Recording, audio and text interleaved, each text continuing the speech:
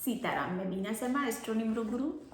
आज एस्ट्रोलॉजर के मैं इतने अच्छे टिप्स आपको बताने आई हूँ कि आप अगर एक कहावत है जो बहुत पहले से चलती आई है कि भोजन भजन खजाना और नारी पर्दे के अधिकारी। ये बात हकीकत है, इसको फोकस कीजिए। इसके तीनों जो चरण हैं, भोजन पे भी आप फोकस कीजिए। आपने क्या खाया है, किसके सामने खाया है, आपने कैसा खाया है, ये सब एस्ट्रोलॉजर में इनका एक विश्लेषण होता है।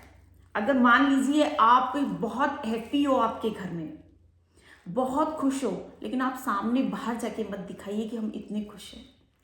अगर ने आपने आपकी खुशी जग जाहिर कर दी तो डेफिनेट है कि आपके टोंक लगेगी। और क्या कहते हैं ना, हमने तो इतना अच्छा सेलिब्रेशन किया, इतना अच्छा सबको अपनी खुशियों में मिठाइयाँ बांटी, खिलाया पिलाया, उसके बाद पता नहीं अचानक क्या हो गया घर में।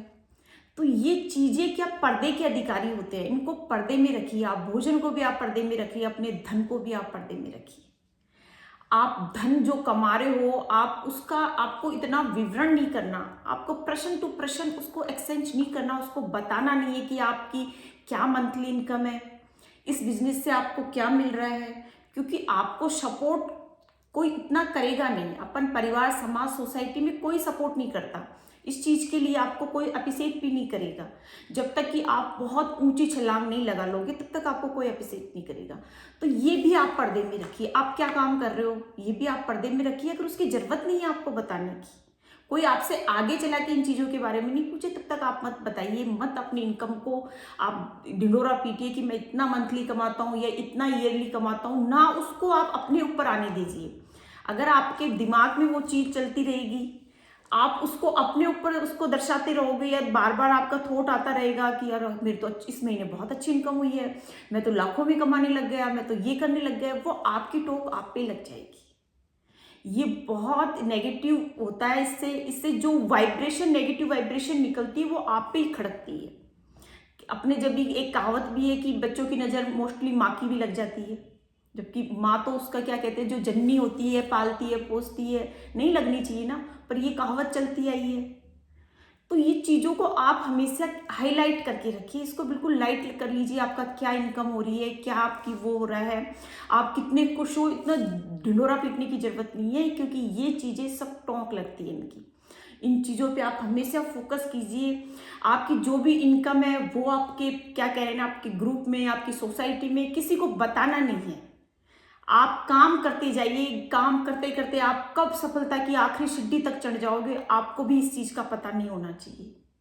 अगर ये चीजें आपने दिमाग में रख ली, आपने अर्निंग कर ली, या बार बार इसका वो आपने क्या कहते हैं ना, एक दूसरे से साथ इसका कंसल्ट कर लिया, बातचीत कर ली, तो ये बहुत ही गलत होता है। आपके नेक्स्ट मंथ इस पर बहुत इफेक्ट आता है। तो ये चीजें आपको करनी ही नहीं चाहिए। आपको ना अपने माइंड में रखनी है, ना अपनी सोसाइटी में इन चीजों को रखना है। और थर्ड जो चीज मैं आपको बताने जा रही हूँ वो भी भजन। आप क्या भजन करते हो, कहाँ सेवा करते हो, कहाँ मंदिर जाके आते हो, क्या आपके मंत्र है, किसकी आप सिद्धि कर रहे हो, क्या आप कामना कर रखे हो, क्या आपने त्याग कर रखा है। तो ये भी आपको इतना विवरण इसका नहीं करना चाहिए। कई लोग होते हैं कहीं भी जाके आए, मैं तो मंदिर जाके आई हूँ, मैं वहाँ जाके आई हूँ, मैं वहाँ जाके आई हूँ, मैं इतने घंटे पूजा करती हूँ, मैं इतने मंत्र जाप करती हूँ। आप अपने मुख से अपनी भजन को आप वो कह रहे हो। कहावत जो मैंने आपको बताई ना कि भोजन भजन खजाना नारी सब पर्दे के अधिकारी, तो इसमें भजन भी आ गया। आप अपने भजन को अपने वाणी पे नहीं लाना। वाणी पे किस प्रकार नहीं लाना, आपको उसके प्रचार स्वरूप लोगों को दिखावा हो गया एक तरह का। आपने जो भी भजन किया है, जो भी मालाएं करी है, या आपने कहीं भी दर्शन करे हैं, उसका आपने इतना बार बार इतना बखान करते हो तो उसका दिखावा हो जाता है, तो उसका फल आपको नहीं मिलता। तो आप इन चीजों को पर्दे में रखिए। अगर कोई आपसे 10 बार नहीं पूछे अपनी सफलता के बारे में, अपने भजन के बारे में, अपने भोजन के बारे में, तब तक आप इनको अपने पर्दे में रखिए, इनका उजागर मत कीजिए।